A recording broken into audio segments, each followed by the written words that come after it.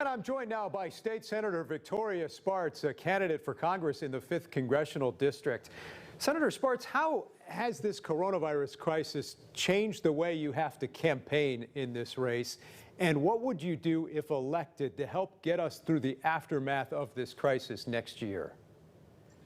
I think this crisis brings very unique challenges because, I'm a person who likes to be on the ground, meet with people, and our session ended in mid-March, so I didn't have as many opportunities to do it, so we do more things remotely.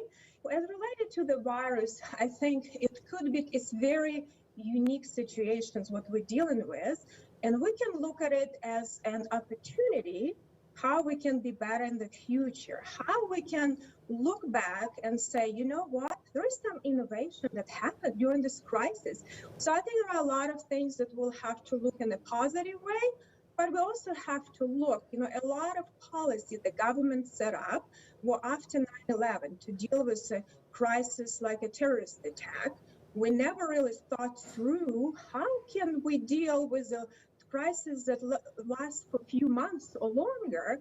So do we have a mechanism to deal with that? How can branches can collaborate? How we want to make sure that all of the rights that people protected. So I think there is a lot of things we can look at back, be better, more agile. Your opponent, Carl Brizzi, has been critical of your finances, questioning the source of that $750,000 you gave to your campaign. What can you say about those questions that he has been raising, and can you tell us more about the source of that funding?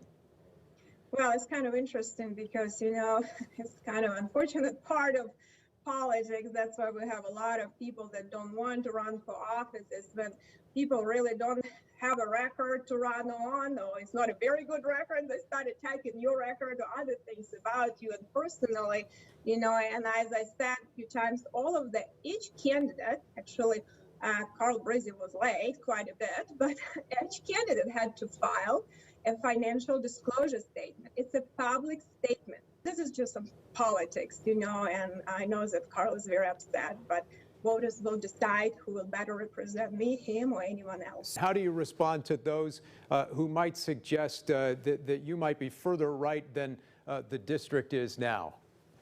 It's interesting because people always say that, but I have a lot of legislation and the state senate that I had a lot of Democrats supporting. I only represent the people that voted for me, and I'm not going to be pushed by anyone else. And I think that's a lot of people respect, even from other party, in my views. And I actually went on the radio in Anderson recently, and I got some feedback that some Democrats were surprised that actually my answer had some common sense, and, they say, oh my gosh, we don't have too much common sense in Congress, but we better get some more.